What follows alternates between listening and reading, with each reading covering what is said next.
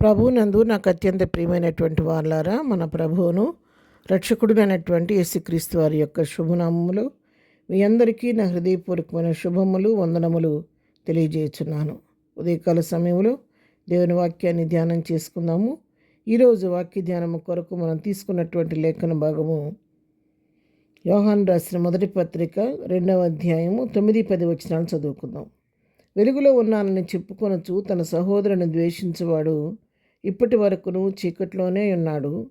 తన సహోదరుని ప్రేమించేవాడు వెలుగులో ఉన్నవాడు. అతని యందు అభ్యంతర కారణం ఏదియూ లేదు. ఆమెన్. ఈ వాక్య భాగాన్ని మనం గమనించినట్లయితే భక్తుడైనటువంటి యోహాను రాసినటువంటి శ్రేష్టమైనటువంటి మాటలు.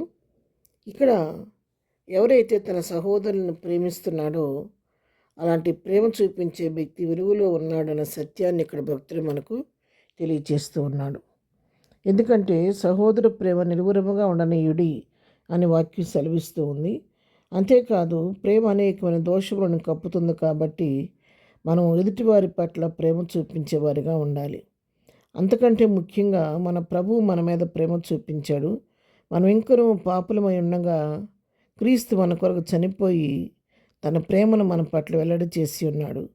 ప్రభు చేసినటువంటి ఆ యొక్క శిలువ బలియాగం వలన చూపిన ప్రేమ వలన ఈరోజు నీకు నాకు విమోచన దొరికింది, రక్షణ దొరికింది. ప్రభు బిడ్డలమైనట్టు మనము మన వెలుగులో ఉన్న ప్రకారము వెలుగులో నడుచుకుంటున్నటువంటి మనము వెలుగు ఫలం మనలో కనబడాలంటే దేవుని యొక్క క్రియలు నీతిని మనం నెరవేర్చేవారిగా ఉండాలి. మన తోటి సహోదరులను మన సహోదరులను మనం ప్రేమించేవారిగా ఉండాలి. ఎందుకంటే ఎవరైతే ఆ విధంగా తన సహోదరుని ప్రేమించకుండా ఉంటారో వారిని గురించి ఏమి రాయబడుతుందంటే, వెలుగులో ఉన్నానని చెప్పుకొనుచు తన సహోదరుని ద్వేషించేవాడు ఇప్పటి వరకును చీకట్లోనే ఉన్నాడు. నేను వెలుగులో ఉన్నానని చెప్పుకుంటూ తోటి సహోదరుని ప్రేమించలేని వాడు చీకట్లోనే ఉన్నాడంట. ఇంకా చీకట్లో ఉన్నవాని కిందే లెక్కని వాక్యం సెలవిస్తుంది. మన జీవితాల్లో మనం గమనిస్తూ ఉంటాము. చాలామంది ఎంతో భక్తి కలిగి జీవిస్తూ ఉంటారు. ఎన్నో అద్భుతకాలు ఆశ్చర్యకాలు కూడా జరిగిస్తూ ఉంటారు. కానీ తమ తోటి సహోదరుల విషయంలో ఎంతో ద్వేషాన్ని కలిగి ఉంటూ ఉంటారు.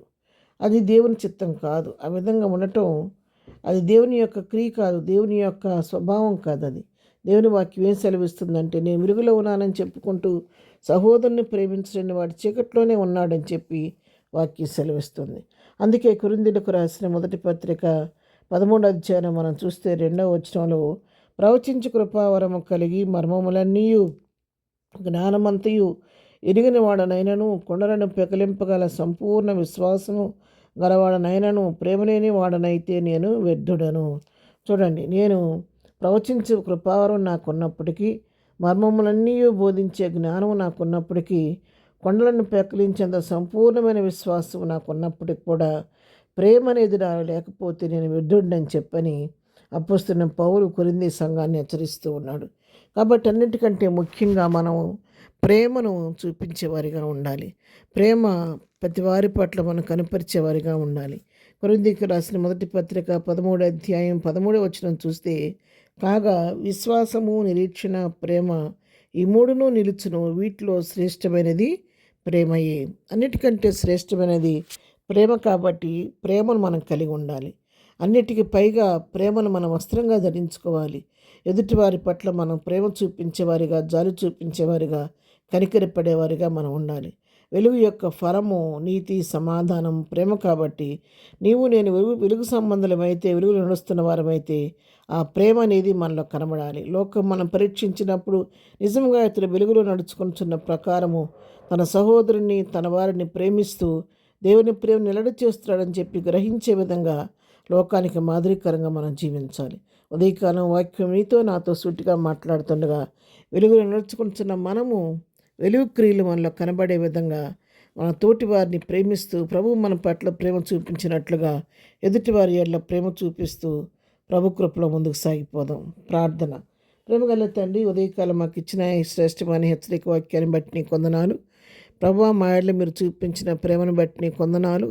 మేము కూడా నీ ప్రేమను లోకానికి చూపించేవారుగా, మా సహోదరులను ప్రేమించేవారుగా ఉండటానికి సహాయం చేయండి. ఈ దినం మేము చేయి పని పాటలో రాకపోకల్లో క్షేమం దయచేయండి. ఈ దినం బర్త్డే మ్యారేజ్ చేసుకుంటున్న బిడ్డలను దీవించండి, ఆశీర్దించండి. బలహీనలు బలపరచండి, కృంగిన వారిని లేవనెచ్చండి, దుఃఖంలో ఉన్న వారిని ప్రభు ఆదరించండి. ప్రతి వారి పట్ల కృప విస్తరింపచేయండి. దినం మేము చేయి పనులన్నింటిలో జయమని గ్రహించమని గంతా మేము ప్రభావానికి ఆరోపిస్తూ నిచ్చిస్తూ తగ్గించుకుంటూ ఏసునామలో ప్రార్థించడి పొందుకొని ఉన్నాము తండ్రి. ఆమెన్.